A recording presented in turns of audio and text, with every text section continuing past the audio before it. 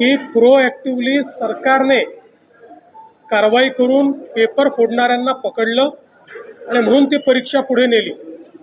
Paper फुटल्यानंतर नाही, त्याच्या आधी ही कारवाई महाराष्ट्र सरकारने आमच्या पोलिसांनी केलेली आहे आणि निश्चितपणे पुढची परीक्षा योग्य पद्धतीने व्हावी याचं नियोजन चाललं आहे. त्याच्या तारखा देखील लवकरच आम्ही घोषित करणार आहोत. फक्त मला याची कल्पना नाही की राहुल गांधींनी हे ट्विट परदेशातनं केलं आहे की देशातनं केलं आहे, कारण ते बहुतांश वेळी परदेशात असतात, त्यामुळे त्यांना सगळी माहितीच असते असं नाही आहे. मला असं वाटतं की या तिन्ही गोष्टींचं उत्तर यापूर्वीच दिलेलं आहे.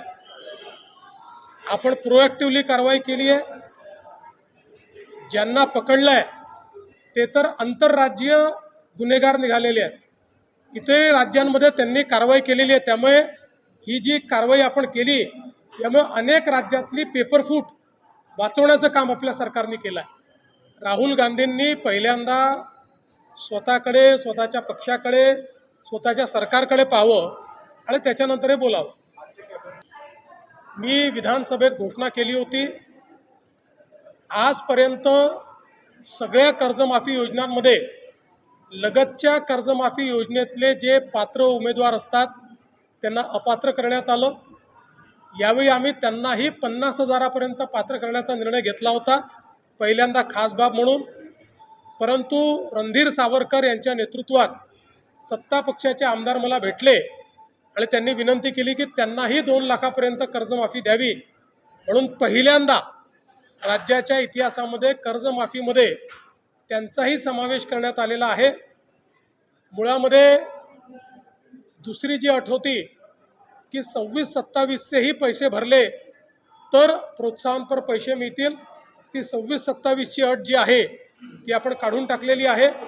25-26चे पैसे ज्यांनी भरले असतील त्यांना प्रोत्साहनपर अशा पद्धतीनं मदत मिळणार आहे.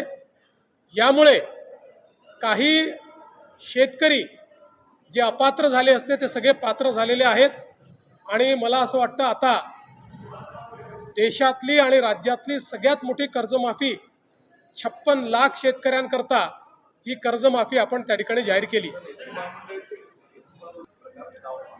पहिल्यांदा तर ज्या संघटनांनी सांगितलं त्या संघटनांना मला हे विचारायचं आहे की एसटी तोट्यात आहे, त्याच्याकरता तुम्ही काही करताय का? काही उपाययोजना केल्या आहेत का? केवळ प्रत्येक गोष्टीवर टीका करायची आणि एसटी मात्र तोट्यात ठेवायची, हे बंद केलं पाहिजे. एकही जागा विकली जाणार नाही.